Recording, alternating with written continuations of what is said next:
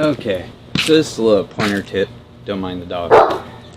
If you're going to cut from a draw and you're going to lean into it, position yourself at least, if you kneel down, you have one fist worth between your heel and your knee, your left knee.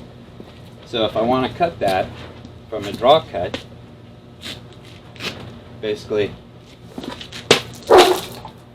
and I lean my body forward. This way, both my feet stay planted. And my center of gravity is just a little bit forward.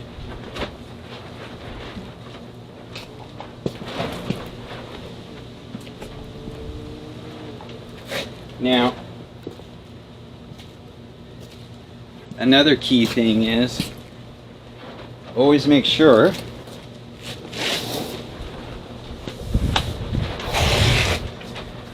you keep your sword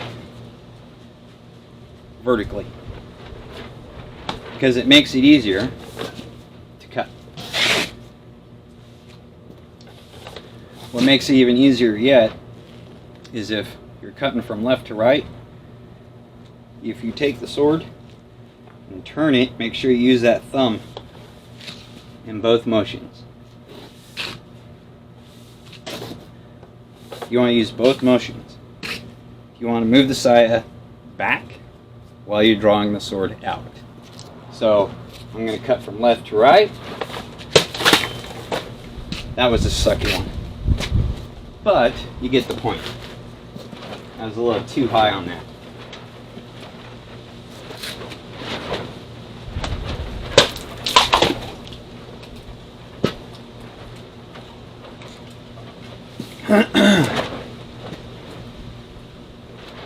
But you can do a fast cut that away or a slow cut.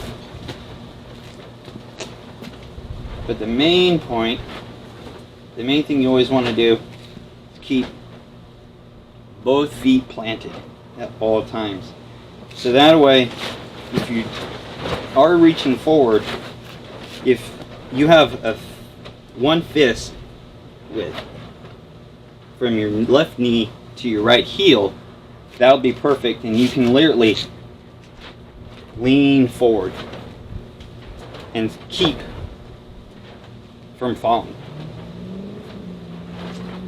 So it takes time to learn, but practice it. Lean forward, you can turn it, draw, and then cut. You just gotta judge your distance. So turn, cut,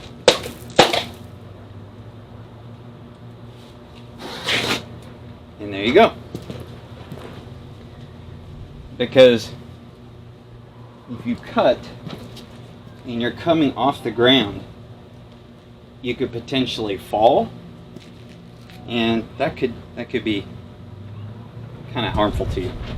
I mean, you're wielding almost a 30-inch blade. Always, always, always want to keep both feet planted.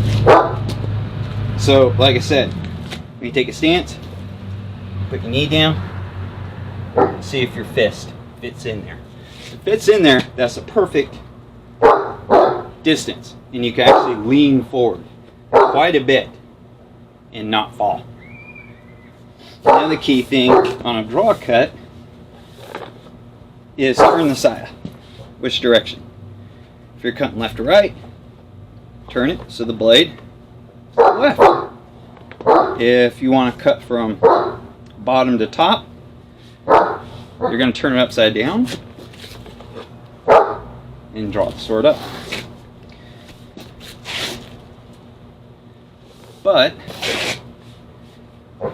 And that makes it a lot easier.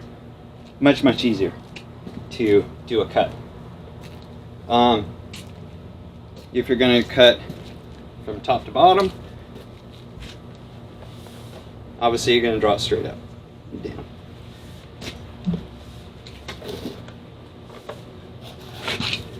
But I see some people, when they cut, their feet are coming off the ground. And it's hard. It's hard. When you're trying to learn how to do it. It's not easy. Some new moves I just learned today. I gotta learn the foot movement, because it looks like you're still leading with the right, but you're not. You're actually switching it up to the left. So, something I haven't done yet, so I gotta practice it. But main point, always keep your feet, both feet on the ground, no matter what. And bend the knees. Always bend the knees. Don't stand straight. Bend the knees. Because you're using your core muscles when you cut. So,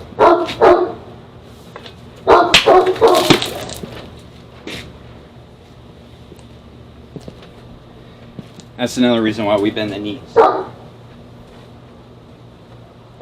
So, just a little pointer for people who want to learn how to do a little bit more. And this is the Lee sword. This thing is still holding up. Really, really nice.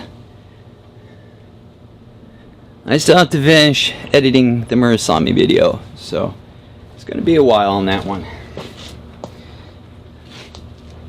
But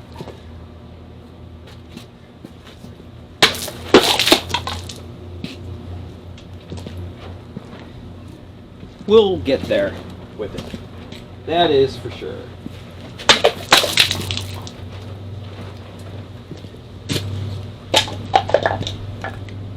That is for sure. But hopefully this video helps some. Like I said, that's the distance you want. And always bend the knees. Bend your knees, always. In fact, when you move, you keep your knees bent. Always. It's just like in fencing. You always have your knees bent, because you're focusing on your core muscles.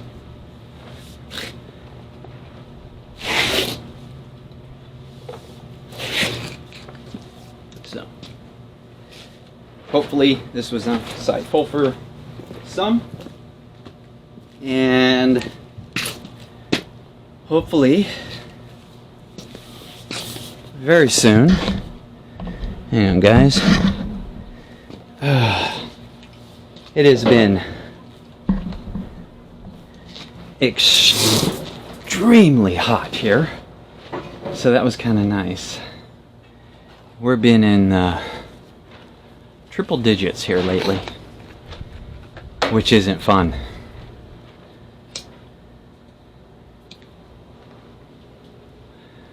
But like I said, seen some videos and people's feet are coming off the ground.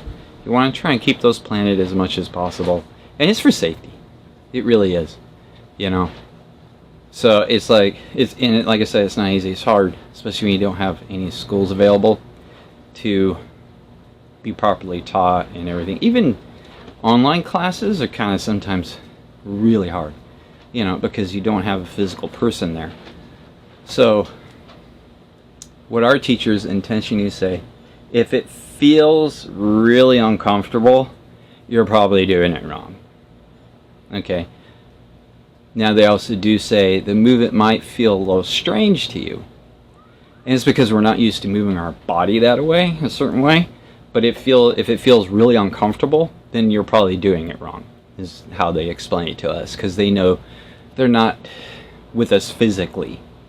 So they try and help us, you know, to understand as best as we can. If that makes sense. But got a few other videos. There are some YouTube channels out there. Now this is just from what I've been taught. Other teachers might teach you differently, so you know. But I have noticed I will be doing a video on this.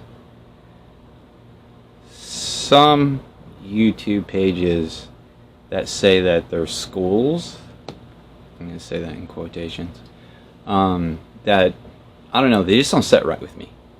And now, grant, this is just me, but it seems like I'll read their description, and then what they put in their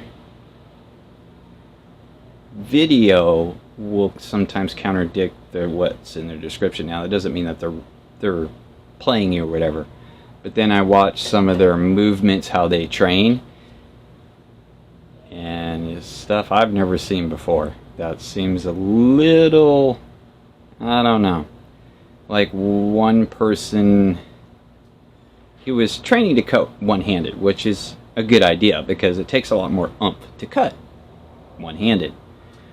But he has his hand right here, and he's swinging the sword like that, and the sword's coming up here.